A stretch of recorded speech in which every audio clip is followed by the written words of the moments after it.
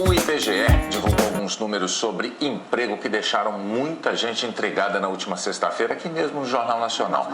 É que, segundo o Instituto, o número de trabalhadores na indústria brasileira caiu em junho pelo quarto mês seguido. Mas, apesar disso, as empresas passaram a gastar mais com salários. E neste momento, os salários e a economia estão crescendo em ritmos diferentes no Brasil. E algumas consequências disso a gente vai ver agora na reportagem de Flávio Fachel. Não é fácil encontrar quem acerte a escova, passe direito a chapinha e deixe a freguesa feliz no salão. A gente busca a mão de obra mais qualificada possível. E essa mão de obra muito qualificada é cara. E para segurar gente boa no serviço, só tem um jeito: aumentar o salário. E ultimamente você põe a mão no bolso e anda cheio. De maio do ano passado até maio deste ano, o salário médio do trabalhador brasileiro subiu quase 5%.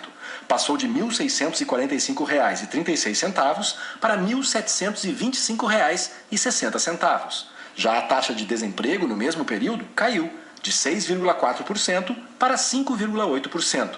Mas este economista diz, os salários estão crescendo em um ritmo muito mais forte que o da economia. E se as empresas pagam mais, sobra menos para investir.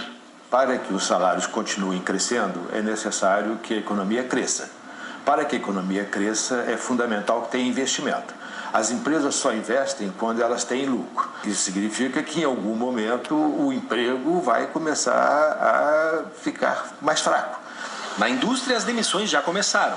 O número de trabalhadores no setor caiu 1,2% no primeiro semestre. Mesmo assim, os gastos com remuneração cresceram 3,8%. Nesta, enquanto os funcionários preparam o melhor da festa para consumidores em todo o país, os donos procuram um jeito de cortar gastos. nos últimos 5 anos a produção de tortas nessa fábrica de doces não mudou. São 8.000 saindo do forno todos os meses. E o preço também praticamente continuou o mesmo. Mas os salários nesses 5 anos aumentaram 58%. Quem ganhava, por exemplo, R$ 480, hoje ganha 760 por mês. E o dinheiro para pagar essa diferença saiu do único lugar que era possível, do lucro. Até onde dá, a gente vai apertando um pouco a margem de lucro para não mexer no preço final, mas até uma hora a gente não sabe até onde que vai. Os economistas apontam a solução. A indústria tem que produzir mais e melhor. E o país seguir uma velha receita bem conhecida: rever impostos, melhorar a infraestrutura e qualificar o trabalhador. Educação é fundamental para gerar ganhos de produtividade. Sem educação, é muito difícil você gerar ganhos de produtividade.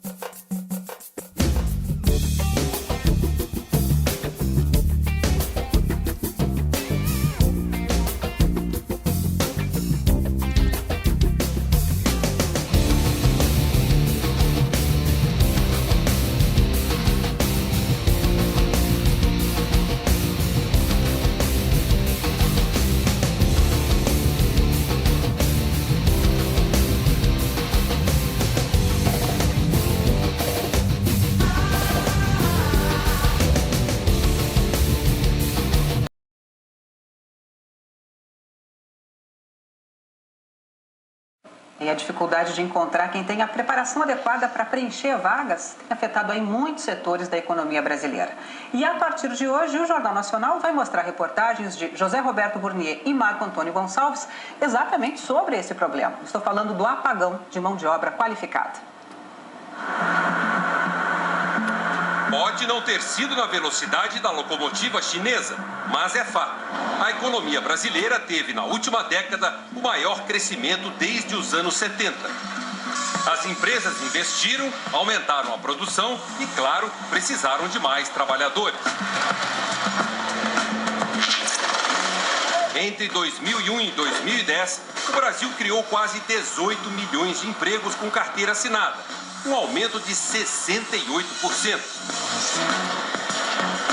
Que parecia um caminho para um ciclo virtuoso, deu de cara com barreiras que muitos não previram, como as crises no exterior, outras escancaradas, como a precária infraestrutura do país, e uma que havia tempo estava embaixo do tapete: a falta de mão de obra qualificada.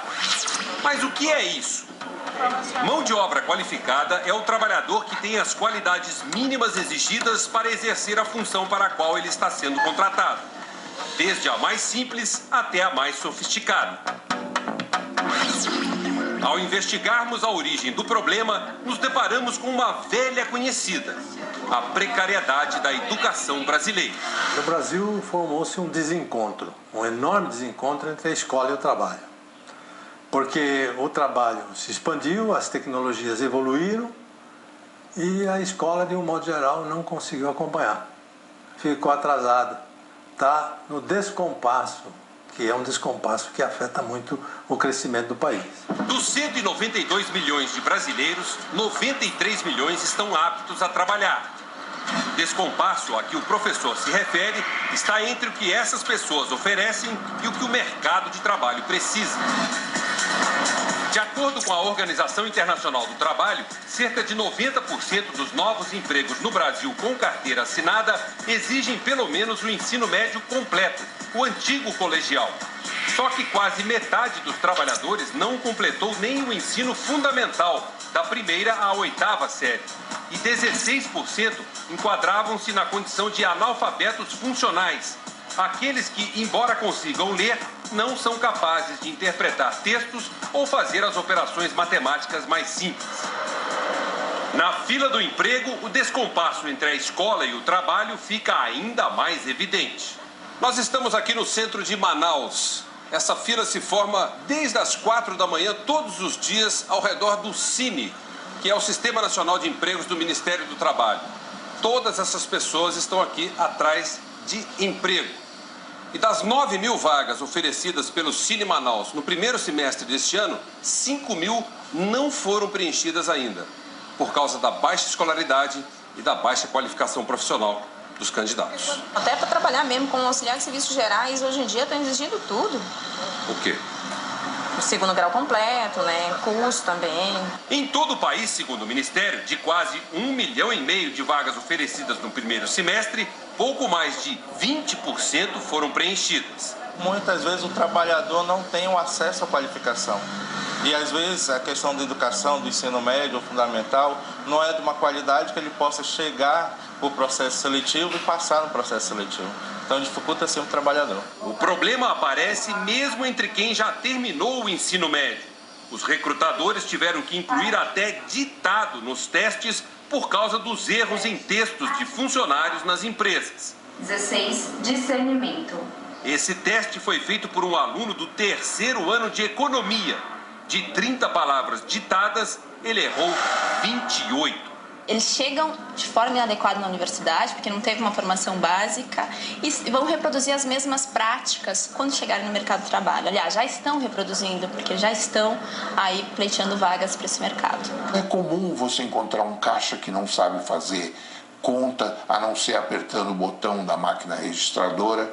É comum você encontrar alguém num call center que não sabe responder a terceira pergunta. Tamires, que disputa uma vaga de estagiária, estudou em escola pública. Como o ensino não foi bom, ela decidiu fazer cursinho para enfrentar o vestibular. O que era para ser uma recuperação das matérias virou um choque. 80% do material, do conhecimento que eu obtive durante o cursinho pré-vestibular, 80% era tudo coisa nova, tudo coisa que eu não aprendi na escola, no ensino fundamental e ensino médio. Trabalhador mal qualificado leva mais tempo para desempenhar as suas tarefas. A empresa gasta mais tempo e dinheiro para produzir. O produto fica mais caro e o Brasil vai ficando para trás na concorrência com outros países. Apesar de ser hoje a 6ª maior economia do mundo, o Brasil está na rabeira quando o assunto é produtividade. Estamos na posição 46 numa lista que tem 59 países. Quando se analisa somente a educação, o buraco fica ainda mais fundo. Somos o 54º. O mundo do trabalho não quer apenas canudo, apenas diploma. A escola de hoje ela ensina, na melhor das hipóteses, a passar no exame. Não ensina a pensar. E aí, o trabalho moderno exige o pensamento. Nós vivemos numa sociedade do conhecimento, em que se demanda muito mais neurônio do que músculo. A reportagem de amanhã aborda o nível de conhecimento dos candidatos a emprego que saem das universidades.